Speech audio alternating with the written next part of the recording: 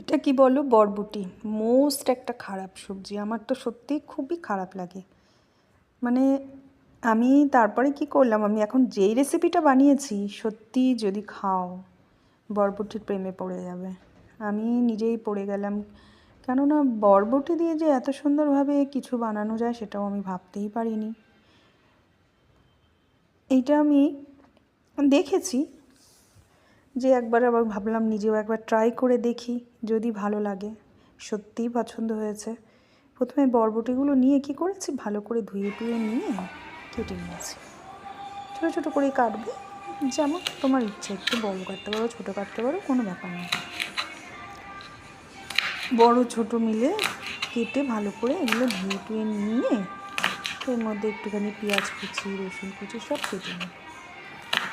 আদা নিয়ে নিই, আমার মনে হয় আদা নিলেও হয়তো ভালো হতো, আদা কুচি দিলে ভালো। আর এখন কী হয়েছে বলো তো, এমন মানে শরীর খারাপ হচ্ছে, মানে জ্বর জ্বালা হচ্ছে না, মুখের মধ্যে মনে হচ্ছে না খুব ঝাল ঝাল কিছু খাই, এই ধরনের কিছু খাই, ভর্তা বাটা, মানে খুব ভালো লাগছে খেতে। তাই নিজের ভাবলাম যে এইটাই, মানে বরবটি রয়েও গেছে, বরবটি খাওয়ার লোক আমাদের ঘরে যে সে আমি এখানে থাকে না, এবার খেতে তো হবেই, ফেলে তো দিতে পারবো না। আর আমার যে বরবটি খাওয়ার লোক সেও আছে, আমি আমার খড়কে দিই, কিন্তু আজকে ভাবলাম নিজেই একটু খাই বরবটি। এগুলো তো সবুজ সবজি, খাওয়াও ভালো। অবশ্য আমরা যেমন করে বানাই তার ভিতরে কিছু ভিটামিন, প্রোটিন, এই ভিটামিন থাকে কিনা আমি অবশ্য সেটা বলতে পারবো না। তার ভেজে কুটে কেটে ভেজে ধুয়ে তার তো আমার মনে হয় তার অবস্থা পুরো খারাপ করে দিই। যাই হোক, মুখের টেস্টে খাই। তো একটুখানি ধনেপাতাও নিয়ে নিয়েছিলাম, ধনেপাতার ডাঁটিটা দিলে বেশ একটা গন্ধ আসবে সুন্দর। আমার মনে হয়েছে, কেন আমি ভাবছিলাম যে বরবটি দিলে একটা মানে কেমন একটা বুনো বুনো গন্ধ থাকে না, যদি আসে, তাই জন্য ভেবেছি ধনেপাতা ডাঁটিটাও নিয়ে নিই। এবার কড়াই নিয়েছি, কড়াইতে তেল দিয়ে দিয়েছি।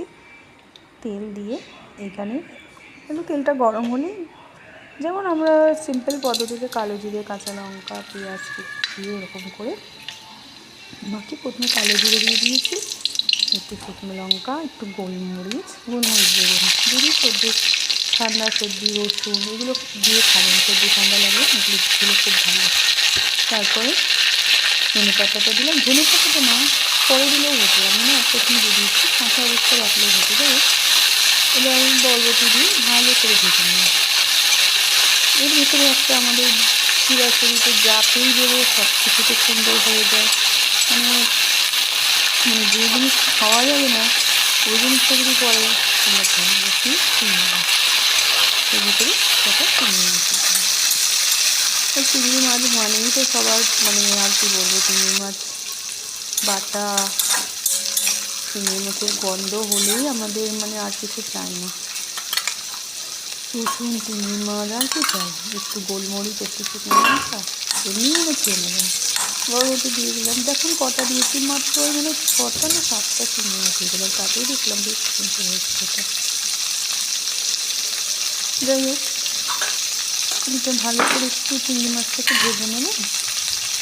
ভেজে নিয়ে কী করবো, এবার আমি হলুদ টলুদ দিয়ে দেবো, কাঁচা লঙ্কাটা পরে দিলেও হবে। সব কিছু দিয়ে একটু ঝাল করেছি বলে শুকনো লঙ্কা, কাঁচা লঙ্কা, গোলমরিচ, যত ধরনের ঝাল আছে দিয়েছিলাম। টেস্টটা ভালো লাগবে, মুখটা একটু যেন ভাত খেতে পারছি, নাহলে কিছু খাওয়া যাচ্ছে না, কী হয়েছে জানি না। প্রত্যেকেরই হয়েছে আমাদের এখানে, আমার যত বান্ধবীরা আছে প্রত্যেকের কিছু একই, কী জানি সবার একের থেকে আমাদের থেকে হয়ে গেছে সবার একসাথে। যাই হোক, তারপরে এটা একটু ভালো করে ভেজে নিই, করবো এটাকে মিক্সার গ্রাইন্ডারে নিয়ে একটু মানে পেস্ট করে নেব। আর চিংড়ি মাছের পেস্ট করলে তো ভালোই লাগবে। চিংড়ি মাছ বাটা তো এমনিও আপনারা সকলে খেয়ে থাকেন, তাই না? আমি যদিও আমার এই চিংড়ি মাছে অ্যালার্জি, তবুও আমার মনে হয়েছিল একটু খেয়ে দেখি যদি ভালো লাগে। খেয়েছিলাম কিন্তু কিছু হয়নি আমার, যদিও অল্প, একদমই অল্প খেয়েছি, ভয়ে ভয়ে খেয়েছিলাম। কিন্তু জানি না, মানে খেয়েছিলাম, তারপর কি জ্বর হয়ে গেল আমি জানি না। না চিংড়ি মাছ খেয়ে কারো জ্বর হবে না, কিন্তু আমি যেহেতু চিংড়ি মাছ খাই না, আমার সবাইতেই মনে হয় চিংড়ি মাছ খেয়ে জ্বর হয়ে গেল, চিংড়ি মাছ খেয়ে পা চুলকাচ্ছে, চিংড়ি মাছ খেয়ে মাথা চুলকাচ্ছে, যেহেতু ভয় ভয় খাই তো ওইটাই হয়েছে। চিংড়ি মাছ খাওয়ার পরে আমার কী মনে হয় বলুন তো, এই বুঝি আমার মাথা ঘোরাচ্ছে, এই বুঝি আমার বমি আসছে, খুব অস্বস্তি লাগে শরীরে, সেই জন্য ভয়েই চিংড়ি মাছ। কিন্তু খেতে আমার খুব টেস্ট লাগে, আগে কিন্তু প্রচুর চিংড়ি মাছ খেতাম, তারপরে যে কী হলো চিংড়ি মাছে অ্যালার্জি হয়ে গেল। তবুও খেয়েছিলাম, একটুখানি নিয়ে বেশি করে ভাত মেখে খেয়েছিলাম। কাঁচা লঙ্কা সব দিয়ে নিলাম, ভালো করে পেস্ট করে নেবো।